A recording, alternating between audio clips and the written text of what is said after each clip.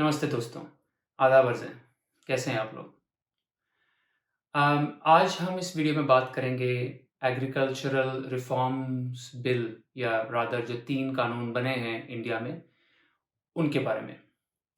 तो हमेशा की तरह जब इस तरह की कोई डेवलपमेंट होती है, कोई कानून बनते हैं, तो मैं हमेशा चाहता हूँ कि थोड़ा-सा वक़्त पहले आदमी इंतज़ार करे, अपनी रिएक्शन या प्रतिक्रिया देने से पहले। क्योंकि जब कोई अनाउंसमेंट होती है, तो उसमें जनरली डिटेल्स क्या हैं और क्या होने वाला है और क्या प्लान्स हैं, ये अक्सर साफ़ नहीं होते।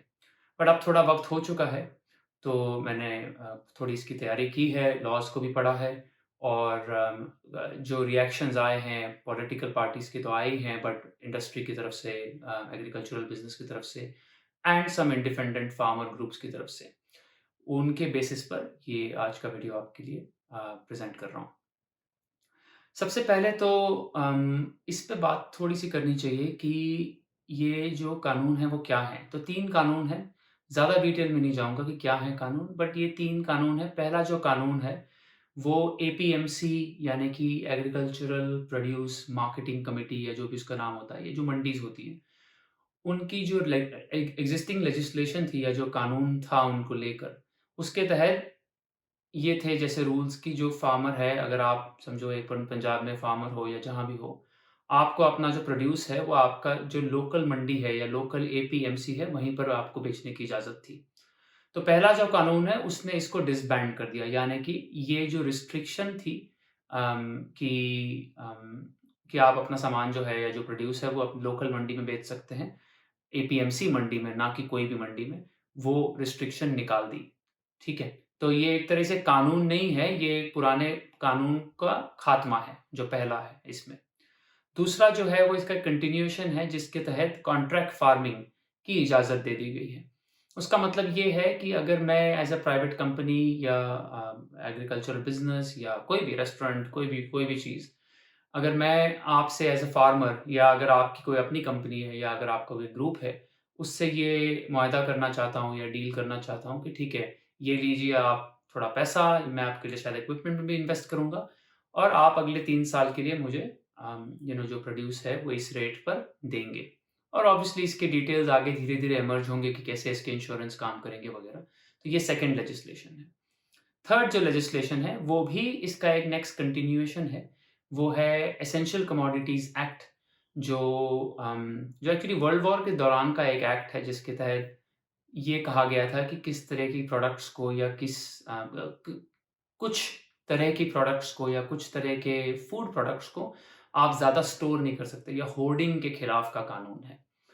तो उसको भी इन्होंने अभी चेंज कर दिया है और मिनिमाइज़ कर दिया है, यानी कि जो स्टोरेज के लिमिट्स हैं वो निकाल दिए हैं और उसमें गवर्नमेंट का इंटरवेंशन बहुत कम कर दिया है एक्सेप्ट फॉर कोई वॉर जैसी सिचुएशन में। तो इस इनको थोड़ा-सा हम डिटेल में समझेंगे, लेकिन पहले तो ये समझते हैं कि आज इस कानून के आने से पहले और आज भी, अभी ऑब्वियसली कानून आने के बाद इमीडिएटली कोई फ़र्क तो नहीं पड़ा है। क्या हाल है इंडियन एग्रीकल्चरल का, सोसाइटी का, सेक्टर का? तो मैं थोड़े से नोट्स बनाए हैं, तो इजाज़त आप दीजिए साथ-साथ पढ़ के बताऊँगा।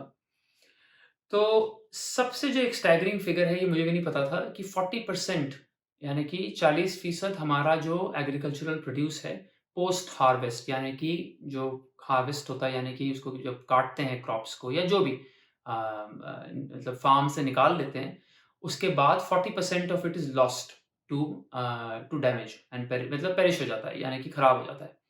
तो अगर हम एज़ अ कंट्री 100 किलो कोई चीज़ बनाते हैं, तो ऑन एन एवरेज उसमें से 40 किलो तो वैसे ही खराब हो जाते हैं। और इसकी बहुत वजहें हैं, बट जनरली जो वजहें होती हैं, वो टेक्नोलॉजी और स्टोरेज और सप्लाई चेन को लेके होती हैं।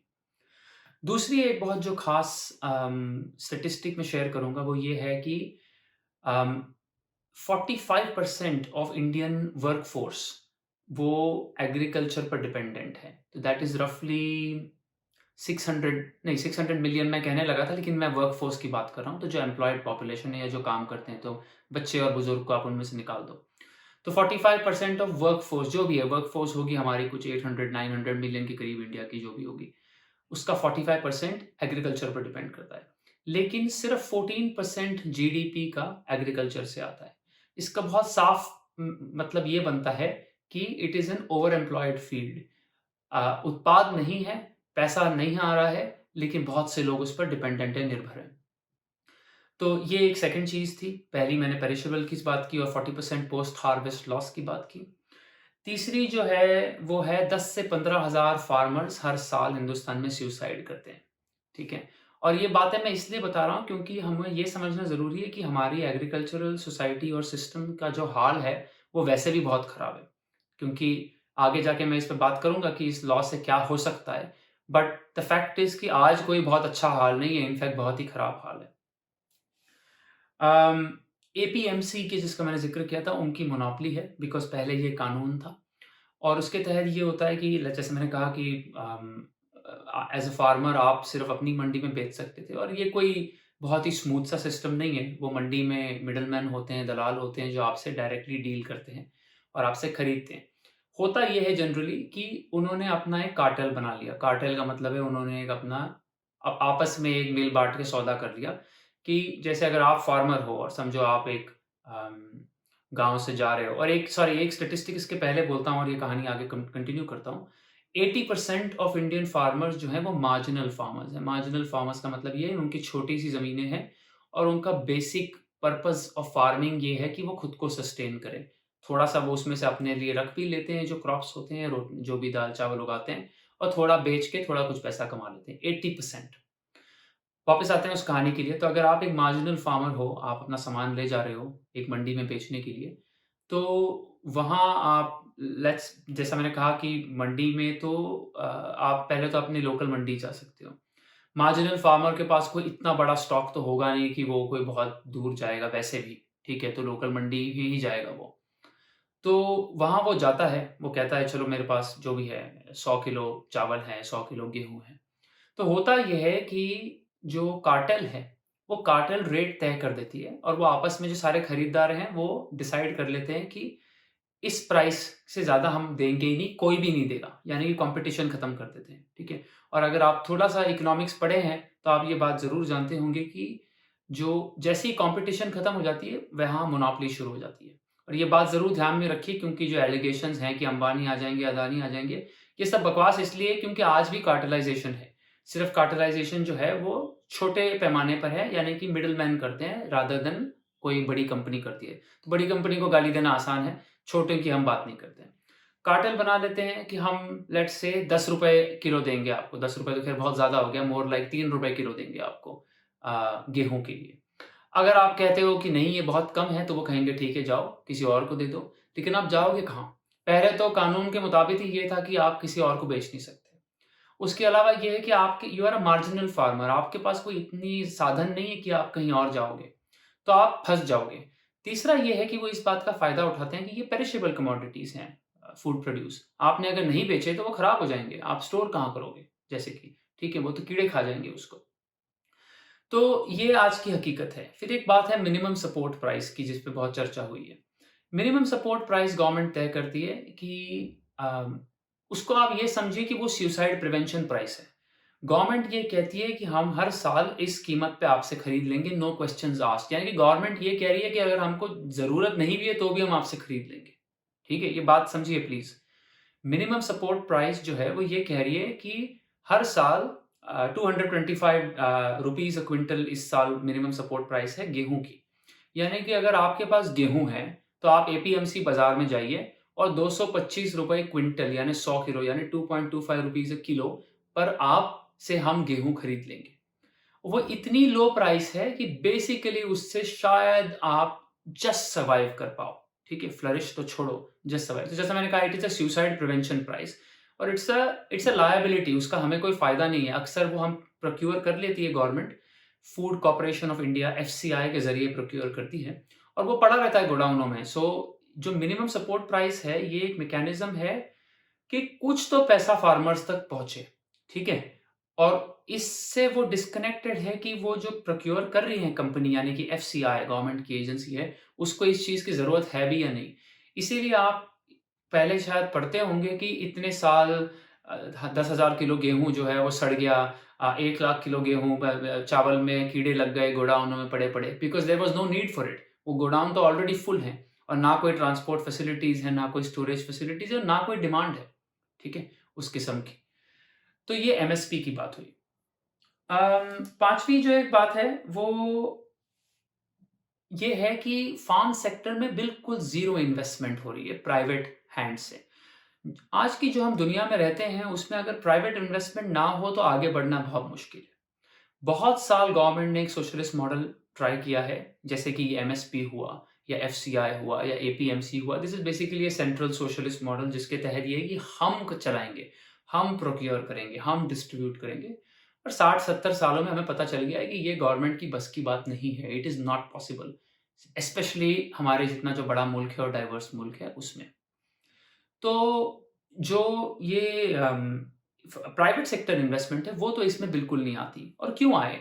क्योंकि एज़ अ प्राइवेट सेक्टर आपको कोई फॉरगेट अबाउट कि उसमें कोई प्रॉफिटेबिलिटी आए, उसमें तो आप जाओगे तो आप फँस जाओगे ब्यूरोक्रेसी में, कानूनों में। जो ये 3 कानून थे, यानी कि एज़ अ प्राइवेट सेक्टर आपको तो एपीएमसी के थ्रू प्रोक्योर करना पड़ेगा, आप डायरेक्ट फार्मर से तो खरीद ही नहीं सकते, ठीक है? अच्छा, एज़ अ प्राइवेट पर्सन जो है आपको ट्रांसपोर्ट सब खुद करना पड़ेगा, यानी कि you can only by from your local state, local MP APMC जहाँ पर वो सामान आया है, क्योंकि फार्मर वहाँ बेच सकता है। आप दूसरी जगह जाओगे तो ट्रांसपोर्ट कॉस्ट इतने ज़्यादा हो जाएँगे कि कोई फ़ायदा नहीं होगा। तो इस वजह से उसमें स्टैग्नेशन है, यानी कि कोई इन्वेस्टमेंट नहीं हो रही थी फार्म सेक्टर में। अब फार्म सेक्टर ये बहुत सिंपल वर्ड है, जैसा मैंने कहा 45% of workforce depends on this this area for their employment.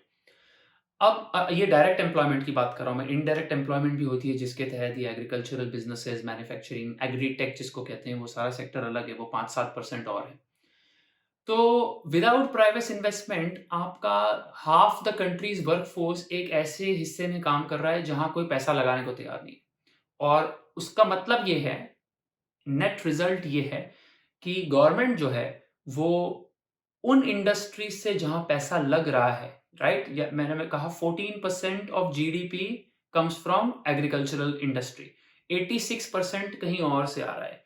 यानी कि 86% से गवर्नमेंट पैसा उठा के 14% जहां आ रहा है और जहां 45% लोग हैं उसमें डाल रही है। और कैसे डाल रही है? जैसे कि एमएसपी प्रोग्राम, बेसिकली पैसा बांट रहे हैं कि भाई ठीक है तुम खुश रहो। मतलब खुश तो खैर वो वैसे भी नहीं है, लेकिन okay, something is being given to them. तो जो सिचुएशन है वो कोई बहुत खास नहीं है। अब ये कानून क्या कर रहा है? और ये प्लीज मेरे से आप 2-3 मिनट गौर से सुनिए मैं क्या कह रहा हूं। कानून जो है, सबसे पहले मैं ये बता रहा हूं कि इससे आज कल कोई फर्क नहीं पड़ने वाला है ग्राउंड लेवल पे, ठीक है? तो जो ये कहते हैं कि ये बहुत ही खराब कानून है, मैं उनसे ये कहता हूं कि अभी तो वैसे भी पहले तो हालात बहुत खराब हैं। दूसरा ये है कि ये कानून का कोई इफेक्ट होने तक अभी 4-5 साल और लगेंगे, तो आप ये तो नहीं कह सकते इसकी कि इस कानून की वजह से कुछ खराबी आ गई। जो है वो तो वही है, and this will take some time to to उसका कोई इफेक्ट फील होने के लिए। लेकिन ये कानून जो है ये बेसिकली एनेबलिंग लॉज हैं। एनेबलिंग लॉज ये इस तरह से हैं कि ये कानून एक दरवाजा खोल रहे हैं प्राइवेट सेक्टर के लिए कि आओ, 45% ऑफ इंडियन वर्कफोर्स जिस फील्ड में एम्प्लॉयड है उसमें जाके कुछ करो। और ये डेस्परेट कॉल है गवर्नमेंट की कि आप करो, क्योंकि हम नहीं कर पा रहे। और बहुत अच्छी बात है कि वो गवर्नमेंट को ये समझ आ रहा है, क्योंकि उनकी बस की बात नहीं है ये। जो उनको करना चाहिए वो नहीं कर पाते गवर्नमेंट, ये क्या करेंगे? तो ये एक बेसिकली एनेबलिंग प्रोविज़न है। और उसके तहत जैसा मैंने कहा 3 कानून जो हैं वो चेंज किए हैं। एपीएमसी का चेंज कर दिया कि नहीं, जो फार्मर है वो किसी से भी डील कर सकता है, which will be a prerequisite, क्योंकि अगर आप एक प्राइवेट इंडस्ट्रियलिस्ट हो या बिजनेस हो और आपको फार्मर से डायरेक्ट खरीदना है, तो पहला जो कानून था वो आपको प्रोहिबिट करता था, तो उसको निकाल दिया। दूसरा जो था अगेन एनेबलिंग कानून है कि अगर आप कल एक फार्मर है, कोई बड़ा फार्मर है खास करके, या अगर कोई कॉर्पोरेशन है जिसपे मैं 1 मिनट में आऊँगा, उनसे डायरेक्टली प्रोक्योर करना चाहते हो और 5 साल का कॉन्ट्रैक्ट देना चाहते हो। और आप if you think about a private industrialist, आप बिना कोई लॉन्ग टर्म प्लान के थोड़ी इन्वेस्ट करोगे। समझिए आप फार्मर हैं, ठीक है? और 1 सेकंड के लिए अज़्यूम कीजिए आप एक बड़े फार्मर हैं, so you are not a marginal farmer. मैं आपके पास तो तभी आऊँगा ना जब मुझे पता है कि अगले 5-10 साल का हमारा कोई डीलिंग होने वाला है, क्योंकि मुझे इन्वेस्टमेंट करनी पड़ेगी आपके पास। मुझे आपको कर्ज़ देना पड़ेगा, जिससे आप शायद कुछ इक्विपमेंट खरीदेंगे या कुछ स्टोरेज करेंगे, या फिर मुझे कोई सप्लाई चेन की इन्वेस्टमेंट करनी पड़ेगी। मुझे आपके फार्म्स के पास शायद कोई स्टोरेज फैसिलिटीज़ बनानी पड़ेंगी। मैं तो तभी करूँगा जब मुझे पता है कि this will be a long term thing. एक सीज़न में मैं आपसे खरीदने वाला हूँ और अगले साल नहीं खरीदूँगा, तो मैं ये सब नहीं करूँगा, राइट? इसीलिए मैं कह रहा हूँ एनेबलिंग लेजिस्लेशंस। और थर्ड जो है वो उसका हिस्सा ये था जो एसेंशियल कमोडिटीज़ एक्ट को चेंज किया, वो भी एनेबलिंग लेजिस्लेशन है, इसी का कंटिन्यूएशन है कि अगर हम प्राइवेट मार्केटियर्स को या प्रोड्यूसर्स या प्रोक्योरर्स को ये कहें कि अच्छा आप कॉन्ट्रैक्ट फार्मिंग कर सकते हो, लेकिन आप 100 क्विंटल से ज़्यादा आपके गोडाउन में रखेंगे तो हम आपको अरेस्ट कर लेंगे। That doesn't make any sense. जैसे ही अगर हम प्राइवेटाइज़ेशन की तरफ जा रहे हैं, ठीक है? मैं इसको क्वालिफ़ाई कर रहा हूँ वर्ड को, तो ऑफ़ कोर्स आपको ये इजाज़त लोगों को देनी पड़ेगी कि आप स्टॉक कर सकते हो, आप ट्रांसपोर्ट कर सकते हो, एटसेट्रा। तो ये उसका थर्ड एनेबलिंग प्रोविज़न था। तो एक तरह से आप अगर देखें तो ये 3 कानून जो है वो एक ही चीज़ है, but they are allowing for a gradual entry of private entrepreneurship as well as investment into the farm sector. जो इन्वेस्टमेंट की बात है, वो इतनी बड़ी इन्वेस्टमेंट की ज़रूरत है इंडियन फार्म सेक्टर में कि इवन विद दीज़ लॉज़ मुझे नहीं कोई बहुत लगता है कि इमीडिएटली जाके कुछ चेंज हो जाएगा, ठीक है? लेकिन इसके बगैर तो जो है वो मैसिव जो एक लैगर्ड है हमारा फार्म सेक्टर वो वैसे ही रहेगा। और ये लैगर्ड जैसा मैंने कहा 14% प्रोडक्टिविटी, 45% ऑफ माउथ्स, ठीक है? 45% of hands not even mouths, mouths तो डिपेंडेंट्स को गिनेंगे तो उससे भी ज़्यादा हो जाएँगे। इस इक्वेशन को हमें चेंज करना है। ये मेन ऑब्जेक्टिव होना चाहिए। जो प्राइवेट प्लेयर्स और मार्जिनल फार्मर्स का रिलेशन है ये भी बड़ा इंटरेस्टिंग है। 80% मार्जिनल फार्मर्स हैं, राइट? अब marginal farmers are at a disadvantage वो जहाँ भी जाते हैं। मंडी में जाते हैं तो उनके पास कोई बार्गेनिंग पावर नहीं है क्योंकि आपके पास जो प्रोड्यूस है वो इतनी छोटी क्वांटिटी में है कि अगर आप नहीं भी आओ तो किसी को कोई फ़र्क नहीं पड़ेगा। आपके पास कोई वॉइस नहीं है। ट्रेडिशनली इनको डील करने का तरीका होता है कोऑपरेटिव्स। आप में से जिन लोगों ने गुजरात का जो वो व्हाइट रेवोल्यूशन था या दूध का अमूल, ये कोऑपरेटिव स्टडी अगर केस स्टडी कभी पढ़ी हो उस बारे में तो आपको पता चलेगा कि एग्ज़ैक्टली यही चीज़ था। आपके घर पे 4 गाय हैं, इंडिविजुअली आपके पास कोई वॉइस नहीं है। आप दूध लाएँ, ना लाएँ, नहीं दें, किसी को कोई फ़र्क नहीं पड़ता है।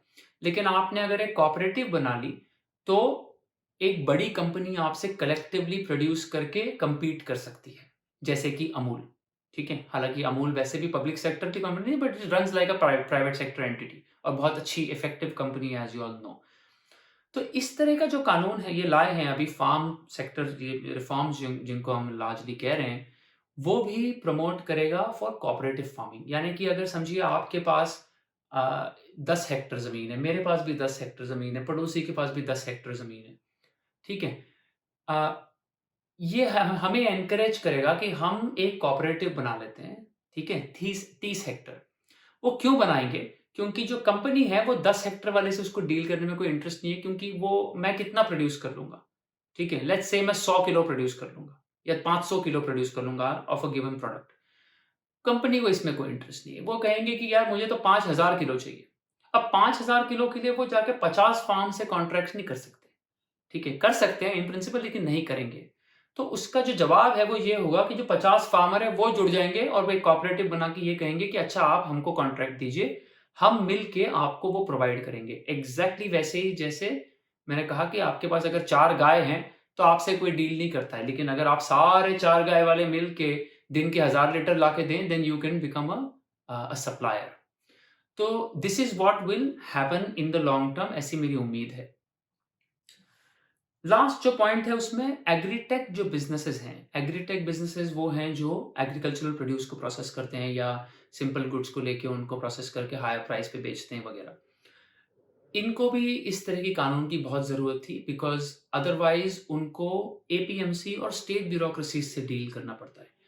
जैसा आप जानते ही हैं जो भी हिंदुस्तान में है ख़ास करके कि जहाँ भी हमारी स्टेट इन्वॉल्व्ड होती है, स्टेट से मेरा मतलब है any government agency generally that is a recipe for failure. ठीक है? तो जितना कम इंटरवेंशन हो, उतना एफिशिएंसी नेचुरली बढ़ती है। तो इसके तहत ये होगा कि agritech businesses can go they don't need to go to APMC to procure anything, they can go या तो डायरेक्ट फार्मर से खरीदें या कोऑपरेटिव बन के खरीदें या जो बड़े फार्मर्स हैं नॉन 80% यानी 20% उनसे खरीदें, उनकी मर्ज़ी। अच्छा 3-4 इसमें क्रिटिसिज़्म आए हैं, ठीक है? वो ये आए हैं जैसे पहले आपने सुना होगा और 2 मेरे बहुत इम्पोर्टेंट मैं इनको मानता हूँ क्रिटिसिज़्म्स को जवाब देना तो उन पे फ़ोकस करेंगे। Excuse me. पहला तो ये है कि एमएसपी खत्म हो जाएगा। बिल्कुल शुरुआत में मैंने बताया कि एमएसपी तो बेसिकली एक भीख है। वो तो हम बाँट रहे हैं, इट इज़ लाइक इंग्लिश में कहते हैं इट्स अ डोल, ठीक है? कि हाँ, okay you are farmer here take some money and don't kill yourself. That is the reality of an MSP. अगर किसी फार्मर को एमएसपी पर अपना प्रोडक्ट बेचना पड़ रहा है, तो वो तो it is anyway next to nothing. तो MSP is not a benchmark. इसके बावजूद प्राइम मिनिस्टर ये क्लियरली कह चुके हैं कि MSP as well as procurement will continue. होगा ये, उम्मीद उम्मीद ये है कि इसकी कोई ज़रूरत ही नहीं पड़ेगी। अगर प्राइवेट इन्वेस्टमेंट आता है और अगर ये जैसा मैंने अभी एक्सप्लेन किया या विजुअलाइज़ किया उस तरह से आगे जाके काम होता है, तो कोई फार्मर गवर्नमेंट को बेचेगा ही नहीं, क्योंकि मैं ₹225 क्विंटल में क्यों बेचूँ जब मेरे से मैं कॉन्ट्रैक्ट ले सकता हूँ किसी फूड प्रोसेसिंग कंपनी से ₹500 क्विंटल पर, which is a good thing, ठीक है? लेकिन गवर्नमेंट ने ये भी कहा है कि अगर आपको नहीं मिलता है कोई और कॉन्ट्रैक्ट या नहीं बिकते, यू कैन गो और जैसा आज आप बेच रहे हो वैसे बेचो, ठीक है? बट होपफुली इस पर रिलायंस कम हो जाएगा। दूसरा जो क्रिटिसिज्म है जो बहुत ही ज़रूरी है, वो ये है कि ये प्राइवेट प्लेयर्स आके एक्सप्लॉइट करेंगे फार्मर्स को। अब यहाँ पर पहले तो हमें ये समझना है कि एक्सप्लॉइटेशन ऑफ फार्मर्स 15,000 फार्मर्स साल में सुसाइड करते हैं इंडिया में। आप क्या बात कर रहे हो एक्सप्लॉइटेशन की? People are killing themselves year after year and debt. और किस तरह की एक्सप्लॉइटेशन होती है? मैंने अभी कार्टेल का आपका एग्ज़ाम्पल दिया। डेट की आप जानते हैं ये सारी क्या कहानी है, क्योंकि आपको लोन्स जो हैं, वो हाई इंटरेस्ट पर लेने पड़ते हैं। पानी नहीं आएगा, बारिश की बदौलत पानी आया तो आया, नहीं आया तो आप सुसाइड कर लो, मतलब दिस इज़ द कंडीशन। अच्छा, जो बैंक्स हैं और जो लेंडिंग स्कीम्स हैं, पहले तो वो भी सब लॉस मेकिंग है, क्योंकि एग्रीकल्चर को लेंड सिर्फ़ वही करता है जो गवर्नमेंट बैक्ड है। बेसिकली क्योंकि वो टैक्स पेयर्स मनी से आपको फीड कर रहे हैं। कोई भी प्राइवेट बैंक एग्रीकल्चर या फार्मर्स को लेंड नहीं करेगा या बहुत कम करेगा, क्योंकि उनको पता है कि the chance of failure is so high. तो ये तो it is a subsidy system. तो exploitation is happening already. Now the question is कि क्या इसके तहत एक्सप्लॉइटेशन ज़्यादा होगी? I doubt it. I doubt it, क्योंकि usually private entry into any market means more competition and more competition usually means better efficiency. फिर भी मैं ये कहता हूँ कि आज तो हमें कुछ फ़िक्र करने की आज ना कोई एविडेंस है, ना कोई ज़रूरत है। We are in a certain position. 14, ये नंबर्स आप ज़रूर याद रखिए। 14% productivity, 45% of employable workforce is involved in agriculture. इससे अगर खराब हुआ, तो हम इन कानूनों को दोष दे सकते हैं। इससे अगर बेहतर हुआ, तो हम इन कानूनों को इनका शुक्रिया अदा कर सकते हैं। तो एक्सप्लॉइटेशन जो है ये बहुत ही टची इशू है। अच्छा, दूसरी बात इसमें ये है कि अभी ये नाम आजकल लोग फेंकते हैं, अंबानी आ जाएँगे, अदानी आ जाएँगे। अरे तो उसमें खराबी क्या है? आने दो। They are Indian companies. They are Indian companies owned by proud Indian people, जहाँ और हिंदुस्तानी काम करते हैं। They are listed in the Indian stock markets. Their dividend and the money that they make are paid to their share holders. उसमें खराबी क्या है? अंबानी, अदानी आपसे खरीदेंगे, वो आपको बुरा लगता है। लेकिन फूड कॉर्पोरेशन ऑफ इंडिया आपसे खरीदे तो आपको अच्छा लगता है। For what? What's the difference between the two? So long as कि आपको कोई और एक्स्ट्रा एक्सप्लॉइटेशन नहीं होता है, बट आई फेल टू सी कि ये क्या एलिगेशन है। तो प्राइवेट सेक्टर को गाली देना बहुत आसान है और इसीलिए प्राइवेट सेक्टर की कोई इन्वेस्टमेंट नहीं है एग्रीकल्चरल सेक्टर में। और इसी को चेंज करने के लिए ये कानून है, एनेबलिंग कानून जो है वो बनाए गए हैं। तीसरी जो अच्छा, और एमएसपी की मैंने बात की है कि prime minister has already said कि ये कंटिन्यू करेगा। एक दो चीज़ें मैंने समझी इनके बारे में, जो नेगेटिव तो नहीं कहूँगा लेकिन ओपन क्वेश्चन्स हैं। पहला ये है कि जो कानून है वो सीरियल्स जो प्रोड्यूस करते हैं ज़्यादा उनके स्पेसिफिक हैं। क्योंकि जो सीरियल्स प्रोड्यूस करते हैं that is basically rice, wheat और जब बाजरा वगैरह और मेज़, वो ज़्यादातर एपीएमसी मंडीज़ और एफसीआई प्रोक्योर करता है। ये सारा एमएसपी, एफसीआई, एपीएमसी सिस्टम ज़्यादा उनको अप्लाई करता है और शायद आपने अगर ध्यान दिया हो तो इसीलिए जो प्रोटेस्ट वगैरह भी हैं, वो उन्हीं स्टेट्स में हैं जहाँ बहुत हाई सीरियल प्रोडक्शन है, ख़ास करके पंजाब और हरियाणा में। अब इस कानून का नॉन सीरियल प्रोडक्शन पे क्या इफ़ेक्ट है, आई डोंट नो। शायद उस पे फ़ोकस की ज़रूरत नहीं है, क्या शायद वो अपने आप इसके साथ बेनिफिट करेगा, I am not quite sure, मैं इतना क्लियर नहीं हूँ इस पर। ये बहुत ज़रूरी है क्योंकि सीरियल प्रोडक्शन इनहेरेंटली कोई बहुत प्रॉफिटेबल बिज़नेस नहीं है। India has plenty of cereal to feed itself and to feed its neighbours and to feed the world if it wants to. ठीक है? इश्यू इज़ कि what do we do about other things? काजू, बादाम, apples, दालें, ये इनकी productivity और इनकी प्राइसेस बहुत हाई हैं, इंडिया में तो है ही है, लेकिन वर्ल्ड में बहुत हाई हैं, so that is what we need to boost. तो इसके बारे में इस लॉ या इन सेट ऑफ लॉज़ का क्या इम्पैक्ट होगा, नहीं होगा, I am not quite sure yet. तो ये एक सवाल था, तो I thought I will share with you as well. अच्छा, जो एपीएमसी हैं, APMC agricultural produce market committee, ये एक कमीशन देती है स्टेट गवर्नमेंट को, सेस होता है एक। यानी कि एपीएमसी में जो ट्रांज़ैक्शंस होते हैं, व्हिच वाज़ अ मोनोपोली, ठीक है? तो सारे ट्रांज़ैक्शंस एपीएमसी में ही होते थे। उसमें से एक परसेंटेज स्टेट गवर्नमेंट को जाता है। अब आप समझिए कि स्टेट गवर्नमेंट्स नाराज़ क्यों हैं? व्हाई इज़ पंजाब्स गवर्नमेंट नाराज़ एंड हरियाणाज़ गवर्नमेंट नाराज़ एटसेट्रा? इसलिए क्योंकि वो उनका रेवेन्यू सोर्स है। ठीक है? अच्छा, और ये जो मिडलमैन हैं, सो कॉल्ड या दलाल या जो भी आप उनको कहो, जो ये प्रोक्योर करते हैं मंडियों में, अक्सर ये बड़े-बड़े वोट पॉलिटिकल ये होते हैं, इनके पास काफ़ी पॉलिटिकल पावर होती है। They are the ones who support the local politicians और एक नेक्सस होता है। तो इन पर ज़रूर इम्पैक्ट होगा। वो एपीएमसी का जो रेवेन्यू है वो कम होगा। और one section of our workforce, मैं कह रहा हूँ हमारी वर्कफोर्स है वो भी, राइट? क्योंकि लोग, इट्स ईज़ी टू से कि ये दलाल है, ये मिडलमैन है, वो भी इंडियन है। They are also part of the whole economy. उनको नेगेटिवली ये ज़रूर इम्पैक्ट करेगी। बट उम्मीद अगेन ये है कि मार्केट एफिशिएंसीज़ जो हैं वो इसको अपने आप रेगुलेट कर लेगी। जो रेवेन्यू लॉस है एपीएमसी का, if the agricultural system sector बूम्स, तो जितनी गवर्नमेंट की उसमें एडिशनल टैक्स इनकम होगी, by the way agriculture sector is a tax exempt sector, यानी उसपे कोई इनकम टैक्स भी नहीं होता। लेकिन अगर इसमें इम्प्रूवमेंट होती है और अगर कंपनीज़ इन्वेस्ट करती हैं और वो प्रॉफिटेबल होती हैं और उनसे जो एडिशनल रेवेन्यू आएगा, दैट विल ईज़िली ऑफसेट जो एपीएमसी का सेस लॉस होगा उसको। तो उतना कॉम्पेंसेशन स्टेट्स को दिया जा सकता है। That's the first point. Second thing is कि यूजुअली जब भी इस तरह के रिफॉर्म आते हैं, तो जो कोई ना कोई सेक्शन सोसाइटी का होता है जो डिस्प्लेस होता है। इस केस में शायद जो मिडलमैन है शायद वो डिस्प्लेस होंगे। But again there they have to be naturally absorb somewhere else. अब ऑर्गेनाइज्ड रिटेल इतना ज़्यादा आया है इंडिया में, छोटी-छोटी दुकानें इतनी सैकड़ों बंद हो गई हैं, और क्योंकि लोग मॉल्स जाते हैं। इस प्रोसेस के खिलाफ फाइट करना बहुत मुश्किल है। The world is only heading in one direction, which is towards consolidation and more organisation. Um, हमारा फ़ोकस ये होना चाहिए कि ना कि इसके खिलाफ लड़ें, बट उस दायरे में रह के या इस व्यू को लेकर हम एक फेयर सिस्टम कैसे एस्टेब्लिश करें। फॉर एग्ज़ाम्पल, इन कानूनों के तहत जब कॉन्ट्रैक्ट फार्मिंग अलाउ की जाएगी, कहने लगा था बट हो चुकी है अब तो क्या हमारे पास सिस्टम्स हैं कॉन्ट्रैक्ट डिस्प्यूट रेज़ोल्यूशन के? क्योंकि अगर हम कोर्ट्स में डाल देंगे तो वो तो एक कॉन्ट्रैक्ट को 30 साल लग जाएँगे चेक होने में कि ये किसने कॉन्ट्रैक्ट तोड़ा था, इस पार्टी ने तोड़ा था या इस पार्टी ने। So the focus should be कि इनको किस तरह से ट्रांसपेरेंटली हम इम्प्लीमेंट करें। और जैसे ये एनेबलिंग कानून है, और बहुत सारे एनेबलिंग एक्शंस भी आपको करने पड़ेंगे। आपको रेड टेप निकालना पड़ेगा फ्रॉम इंफ्रास्ट्रक्चर इन्वेस्टमेंट्स। अगर किसी कंपनी को कोई ज़मीन प्रोक्योर करनी है, वहाँ पर कोई फैक्ट्री लगानी है या स्टोरेज फैसिलिटी लगानी है, that should be easy. They will need power and water. Contract resolution के लिए डिस्प्यूट मैकेनिज़म्स क्या हैं, ये सब सोचना पड़ेगा। इन चीज़ों पे फ़ोकस करने से ये सक्सेसफुल हो सकते हैं। इस कानून को या ये सारे एनेबलिंग लेजिस्लेशन से इनको गाली देके कुछ हासिल नहीं होने वाला है। जैसा मैंने कहा, worst case we will remain where we are, best case we will go to a better position than where we are today. उम्मीद है आपको ये वीडियो पसंद आया, और ये जो 3 कानून हैं उनकी क्या थोड़ी-सी उनकी डिटेल्स हैं और किस तरह से ये इंडियन फार्म सेक्टर को बेनिफिट कर सकते हैं।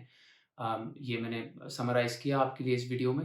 आपके कमेंट्स और फीडबैक का मुझे इंतज़ार रहेगा। चैनल को और इस वीडियो को ज़रूर लाइक कीजिए, सब्सक्राइब कीजिए। आज के लिए इतना ही, और दोबारा आपसे जल्दी मिलेंगे। नमस्ते।